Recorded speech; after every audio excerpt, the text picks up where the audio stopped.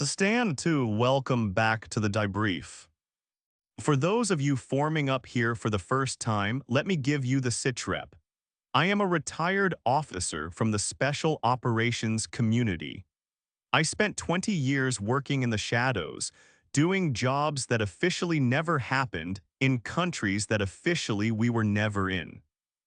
I keep my face dark and my name redacted because the contracts I signed with the government don't expire just because I hung up the uniform. There are still people looking for me, and I prefer to stay hard to find. The military gave me a skill set, but it took a toll. My body is held together by titanium and scar tissue. The disability check from the VA keeps the lights on, but it doesn't cover the cost of living, and it sure as hell doesn't cover the cost of forgetting. I'm not here to ask for handouts. I was raised to earn my keep, so I built this channel as a way to trade with you. I give you the raw, unfiltered truth about warfare, the tactics, the psychology, the pain, and in exchange, you give me your time. You hit subscribe, you drop a like. That's the currency that keeps this operation running. It's a fair trade, intel for support. If you're good with that, then lock and load. We have a lot of ground to cover today. In the ancient world, warriors were specialists. The Spartans owned the land, the Vikings owned the sea, the Mongols owned the plains. But in modern special operations, specialization is death. Today, the battle space is fluid. A mission might start at 30,000 feet in the air, transition into a 2-mile swim through freezing ocean, and end with a gunfight in a dense jungle. To survive this, the United States military had to engineer a new breed of human being, the universal soldier, a man who is not a master of one element but a master of all three: earth, water, and air. We are going to break down how the Pentagon takes a civilian and forces them to conquer these three domains. We will look at the crushing gravity of the earth in Ranger School and the jungle. We will look at the suffocating panic of the water in Bud S, and we will look at the terrifying physics of the air in HALO and fast rope operations. Phase 1: Earth, the grinders. Humans are land animals, but that doesn't mean the land is your friend.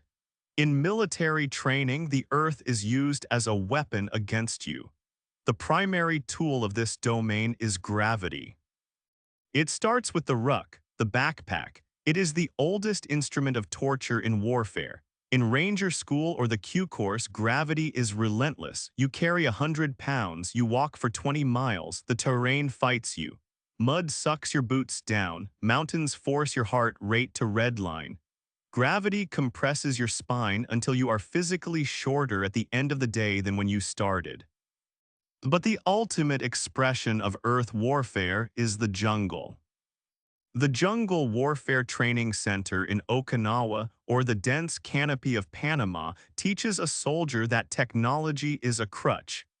In the jungle, your GPS signal bounces off the trees and lies to you. Your thermal optics are blinded by the ambient heat of the vegetation. Your radio waves are absorbed by the moisture. You are blind, you are deaf, and you are wet. The jungle teaches patience. You learn to move through wait-a-minute vines that tear at your gear. You learn to embrace the rot. Jungle rot is real fungus growing on your feet, in your armpits, in your groin. You are constantly being eaten by insects. Training in this domain strips away the ego. You cannot outrun the jungle, you have to become part of it. We train soldiers to track footprints in the mud like ancestors from 10,000 years ago. We teach them to build hooches, shelters made of ponchos and sticks, because if you sleep on the ground, the snakes and the ants will swarm you. The Earth phase is about durability. It tests the chassis of the soldier. Can your knees handle the impact? Can your back handle the load? Can your mind handle the monotony of putting one foot in front of the other for days on end when every step is agony? If you survive the Earth, they throw you into the next domain. Phase 2, water, the equalizer. The ocean is the most hostile environment on this planet for a primate. You cannot breathe there, you cannot see well there, and the water sucks the heat out of your body 25 times faster than air. This is the domain of the Navy SEALs, the Marine Recon, and the Air Force Pararescue. The training here is designed to induce one specific emotion, panic. When you are held underwater, your carbon dioxide levels rise, your diaphragm spasms, your brain screams, "I am dying." This is the mammalian diving reflex. In training, we weaponize this reflex. We tie a student's hands behind their back, we tie their feet, and we throw them into the deep end. This is drownproofing. The student must bob up and down, calm and rhythmic for an hour. If they fight the water, they sink. If they panic, they drown. The water teaches the soldier to separate physical sensation from emotional reaction. You can be freezing cold, lungs burning, unable to see, and yet your mind must remain icy calm. We do helicasting. This is where we fly a helicopter 10 feet above the waves at 20 knots and the soldiers jump out. The impact is like hitting concrete. Then they have to assemble their gear in the swells and swim to shore. The ocean is chaos. Waves are unpredictable. Currents are invisible. A soldier in the water domain must be comfortable with the feeling of suffocation. They use rebreathers, the Drager LRV, that allow them to swim underwater for 4 hours without releasing bubbles. But breathing pure oxygen underwater comes with a risk, oxygen toxicity. If you go too deep or work too hard, you convulse and die. Water training filters out the frantic. It filters out the men who need to be in control. In the ocean, you are never in control. You are just a guest. And the ocean is a cruel host. Phase 3, air, the vertical flank. For thousands of years, warfare was two-dimensional. You fought on a flat map, then we unlocked the z-axis, the air. This is the most technical and unforgiving domain. Gravity works differently here. In the Earth domain, gravity makes you tired. In the air domain, gravity kills you in seconds. The entry level is static line jumping. You hook a strap to a cable in the plane, you walk out the door and the strap pulls your chute. It's aggressive, it's violent. The landing, the parachute landing fall is like jumping off a 2-story building. Knees, hips, back, it destroys bodies. But the elite go higher. They go to HALO, high altitudes, low openings. This is the Ferrari of insertion techniques. We fly the plane to 30,000 feet. That is commercial airliner cruising altitude. The air is so thin you need a mask and a bailout bottle of oxygen. It is 40 degrees below zero. When the ramp opens, you are looking into the abyss. You jump. For 2 minutes, you are falling at terminal velocity, 120 miles per hour. The sound of the wind is deafening, but your mind has to be hyper-focused. You are checking your altimeter, you are checking your heading, you are looking for your teammates in the darkness. At 4,000 feet you pull, the canopy opens. Now the silence rushes in.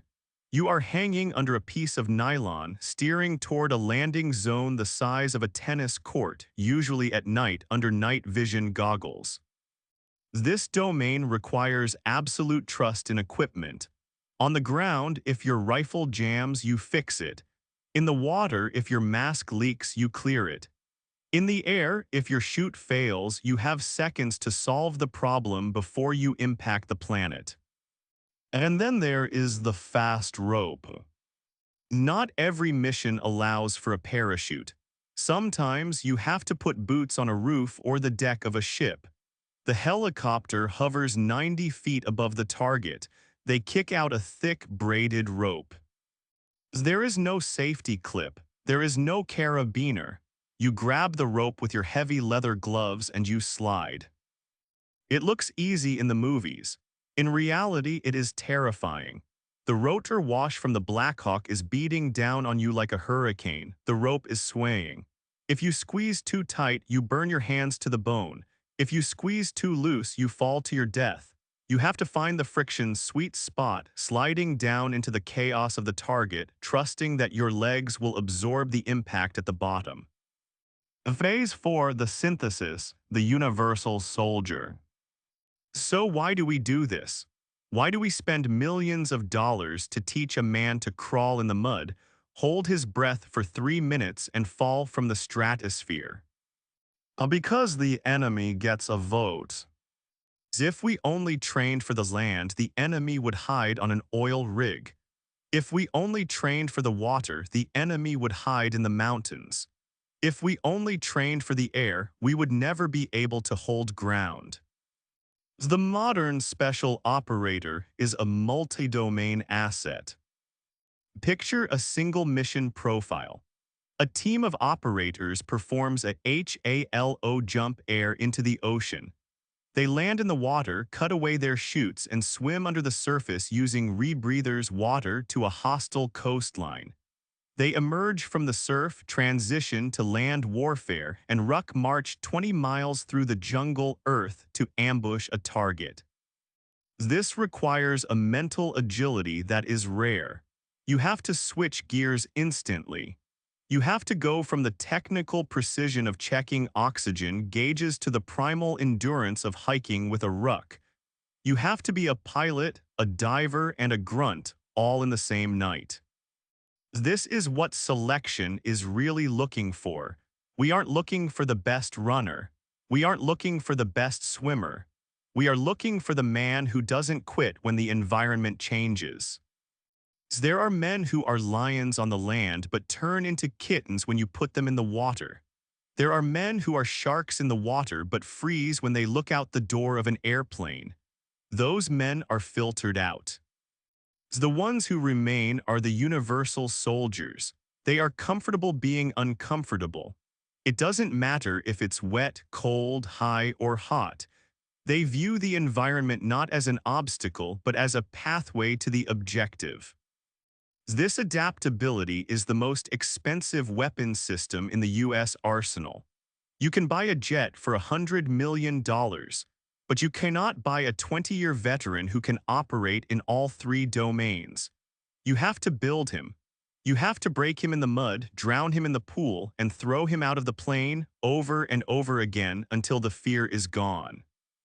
And that brings me back to you. You might not be jumping out of planes or swimming into hostile harbors, but life has its own domains. You have your earth days, the heavy grind, the burden of work and bills. You have your water days when you feel like you're drowning in stress and panic. And you have your air days when the risks are high and you feel like you're falling without a net. The lesson from the operators is simple.